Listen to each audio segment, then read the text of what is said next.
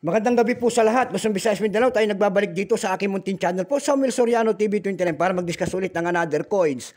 At ito po ay ating hilig po. Ayan, kaya ho tayo ng kolektor at nagsiselling ng kanilang mga presyo po ng aking mga koleksyong barya. Ayan po.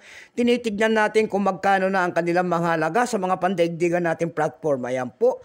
Magandang gabi rin po sa ating mga subscriber po kung saan kayo dako ng mundo po. Keep safe po sa lahat and God bless. Maraming salamat din po sa nanonood sa aking FB page po. Ayan, magandang gabi po sa lahat dyan. Yun naman nanonood dito sa aking YouTube channel at gusto nyo ang ganitong mga topic po about coins, siniselling natin ang kanilang mga alaga. Ayan po sa ating mga hindi pa po nakapag-subscribe dito sa aking YouTube channel po. Ayan, aanyayahan ko sana kayo kung gusto nyo ang ganitong mga topic po.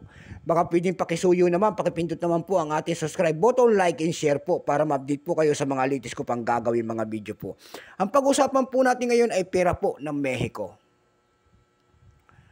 Ayan, UN piso po, year 1972. Ayan. Bago tayo magsimula sa ating talakeng, kilalanin mo muna natin siya. Siyempre po, issue po, Mexico. Period, United Mexican States Republic, 1823 up to date po, type standard circulation coins years, 1970 hanggang 1983. Value nito 1 peso, Mexico po, currency piso.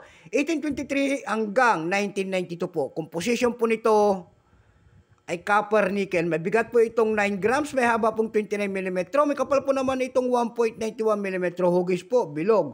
Orientation yan, coin alignment na tinigil ang paggamit ng Mexico sa barya na ito noong November 15, 1995 po. Number M-1105. Reference number KM-460. Ito pong year 1972, ito lamang po ay 22%. Ayan po. Kung ilang piraso naman ang ginawa sa barya ng Mexico na ito po ay 120 million lamang.